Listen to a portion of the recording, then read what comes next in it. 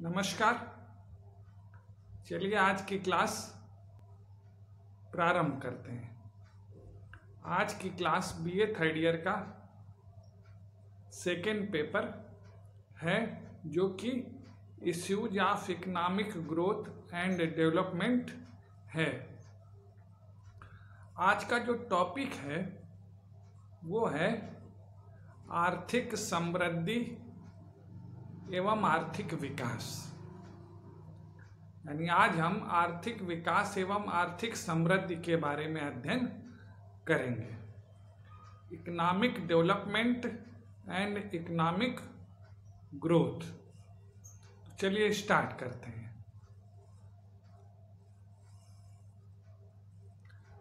आर्थिक विकास का अर्थ एवं परिभाषाएं।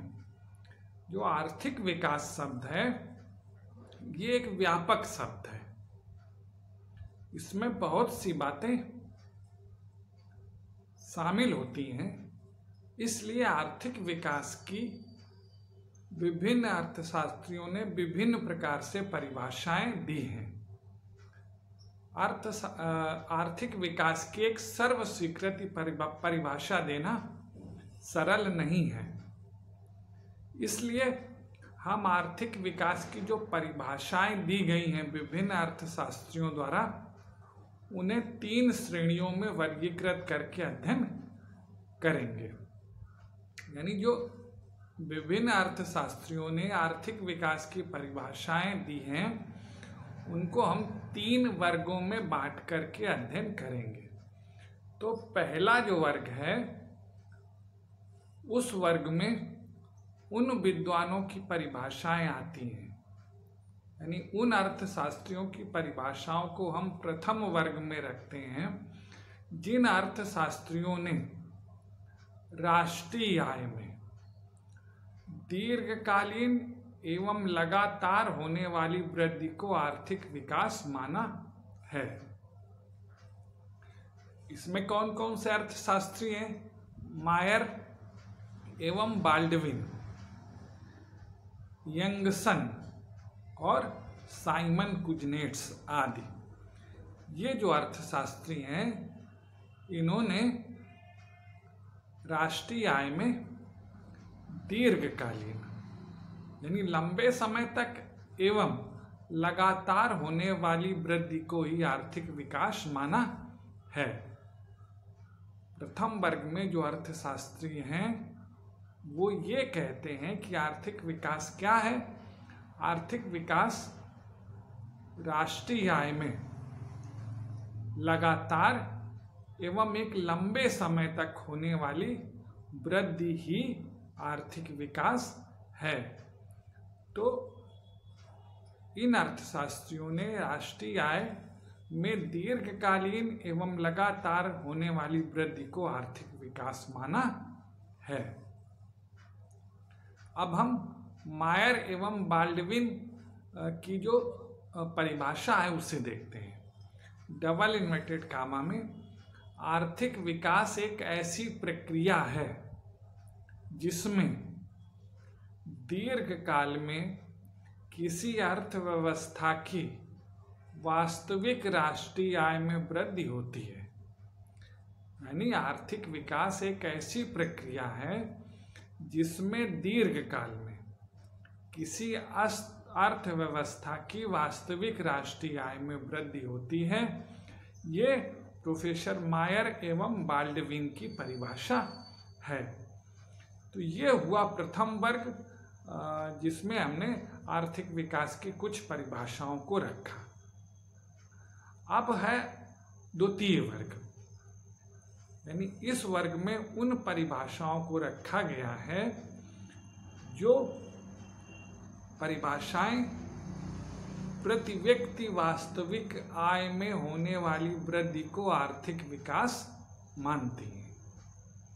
यानी इस वर्ग में जिन अर्थशास्त्रियों को रखा गया है वो अर्थशास्त्री हैं डॉक्टर बेंजामिन हिंगिस, जैकब वाइनर एवं रोस्टोव आदि। तो जो इस वर्ग के विद्वान हैं वो अर्थशास्त्र की जो परिभाषाएं देते हैं, जो आर्थिक विकास की परिभाषाएं देते हैं, उसमें वो ये कहते हैं कि प्रति व्यक्ति वास्तविक आय में होने वाली वृद्धि को ही आर्थिक विकास माना जाता है। उन्होंने कहा कि आर्थिक विकास किसे माना जाता है? जो प्रति व्यक्ति वास्तविक आय में वृद्धि करे, यानी कि प्रति व्यक्ति वास्तविक आय में, एक्चुअल जो प्रति व्यक्ति आय है, चालू प्रति व्यक्ति आय में नहीं, वास्तविक प्रति व्यक्ति आय में जो वृद्धि हो उसे ही आर्थिक विकास कहा जाता है। ये दूसरे वर्ग के विद्वानों की परिभाषाएं हैं। अब हम प्रोफेसर रोस्टोव की परिभाषा देखते हैं। आर्थिक विकास एक तरफ पूंजी व कार्यशील शक्ति में वृद्धि की दरों के मध्य और दूसरी तरफ जनसंख्या वृद्धि की दर के मध्य एक ऐसा संबंध है जिससे कि प्रति व्यक्ति उत्पादन में वृद्धि होती है। जो प्रोफेसर रोस्टोव की परिभाषा है कि आर्थिक विकास एक तरफ पूंजी व कार्यशील शक्ति में वृद्धि की दरों के मध्य और दूसरी तरफ जनसंख्या वृद्धि की दर के मध्य एक ऐसा संबंध है जिससे कि प्रति व्यक्ति उत्पादन में वृद्धि होती है। ये दूसरे वर्ग की परिभाषाएं हैं, जिसमें ये प्रोफेसर रोस्टोव की परिभाषा है। अब तीसरे वर्ग में जो परिभाषाएं रखी गई हैं वो इस प्रकार से हैं, यानी जो इस वर्ग में जिन विद्वानों की परिभाषाओं को रखा गया है उसमें आर्थिक विकास की संकल्पना को अधिक व्यापक अर्थ में प्रयोग किया गया है, और जो अर्थशास्त्री हैं इस वर्ग में वे जन सामान्य के कल्याण में वृद्धि को ही आर्थिक विकास का प्रतीक मानते हैं। जबकि हमने प्रथम वर्ग की परिभाषाओं में देखा कि लगातार एवं दीर्घकालीन राष्ट्रीय आय में वृद्धि हो तो उसे आर्थिक विकास कहा जाता है। दूसरे वर्ग की परिभाषा में प्रति व्यक्ति वास्तविक आय में वृद्धि हो तो उसे आर्थिक विकास कहा जाता है। लेकिन जो तीसरे वर्ग की परिभाषाएं हैं वो अधिक व्यापक अर्थों में उनका प्रयोग किया गया है कि जन सामान्य के कल्याण में वृद्धि ही आर्थिक विकास है। इस वर्ग में डॉक्टर ब्राइट सिंह, ओकेन एवं रिचर्डसन तथा संयुक्त राष्ट्र संघ की परिभाषाएं शामिल हैं। चलिए हम एक परिभाषा लेते हैं ओकेन एवं रिचर्डसन की। आर्थिक विकास से तात्पर्य वस्तुओं एवं सेवाओं का अधिक से अधिक मात्रा में उपलब्ध करने से है, जिससे कि जन सामान्य के भौतिक कल्याण में निरंतर एवं दीर्घकालीन वृद्धि हो सके। ये ओकेन एवं रिचर्डसन की परिभाषा है। तो इस तरह से हमने जो परिभाषाएं हैं आर्थिक विकास की उनको 3 वर्गों में बांट करके अध्ययन किया है। अब आर्थिक विकास की विशेषताएं, यानी आर्थिक विकास के लक्षण या आर्थिक विकास की विशेषताएं कौन कौन सी हैं, चलिए देखते हैं। पहला जो आर्थिक विकास की विशेषता है वो है आर्थिक विकास एक सतत प्रक्रिया है। यानी आर्थिक विकास क्या है? लगातार चलने वाली एक प्रक्रिया है। ये नहीं कि कुछ समय के लिए विकास हुआ और फिर जो भी आर्थिक विकास की परिभाषाएं दी गई हैं, राष्ट्रीय आय में वृद्धि या प्रति व्यक्ति आय में वृद्धि या जन सामान्य के कल्याण में वृद्धि, कुछ समय तक रहा फिर नहीं रहा, तो ये आर्थिक विकास नहीं है। आर्थिक विकास क्या है? एक लगातार चलने वाली प्रक्रिया है, सतत प्रक्रिया है, जो एक लंबे समय तक चलती रहती है। दूसरा जो आर्थिक विकास की विशेषताएं हैं वो है वास्तविक राष्ट्रीय आय एवं प्रति व्यक्ति आय में वृद्धि होती है। यानी कि राष्ट्रीय आर्थिक विकास तब कहा जाएगा जब वास्तविक राष्ट्रीय आय एवं प्रति व्यक्ति आय में वृद्धि होगी, यानी जो एक्चुअल राष्ट्रीय आय है एवं प्रति व्यक्ति आय में वृद्धि होगी, तभी हम आर्थिक विकास उसे कहेंगे। आर्थिक विकास की जो तीसरी विशेषता है वो है दीर्घकालीन प्रक्रिया। आर्थिक विकास एक लंबे समय तक चलने वाली प्रक्रिया है, दीर्घकालीन प्रक्रिया है। यानी कि तीसरी जो विशेषता है आर्थिक विकास की वो ये है कि आर्थिक विकास एक लंबे समय तक चलने वाली प्रक्रिया है, दीर्घकालीन प्रक्रिया है। चौथी जो आर्थिक विकास की विशेषता है वो है संसाधनों का समुचित विदोहन। जो संसाधन हैं किसी देश में उनका हम समुचित तरीके से प्रयोग करते हैं, उपयोग करते हैं, विदोहन करते हैं। ये आर्थिक विकास की विशेषता है। आर्थिक विकास के अंतर्गत जो प्राकृतिक संसाधन हैं या मानवीय संसाधन हैं उनका हम समुचित ढंग से विदोहन करते हैं। पांचवी जो विशेषता है आर्थिक विकास की वो है जीवन स्तर एवं सामान्य कल्याण में सुधार।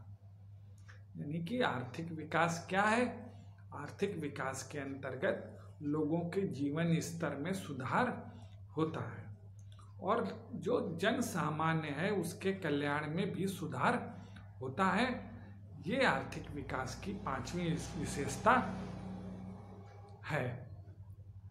तो आर्थिक विकास की जो 5 विशेषताएं हैं वो निम्न प्रकार से हैं। पहली, आर्थिक विकास एक सतत प्रक्रिया है, लगातार चलने वाली प्रक्रिया है।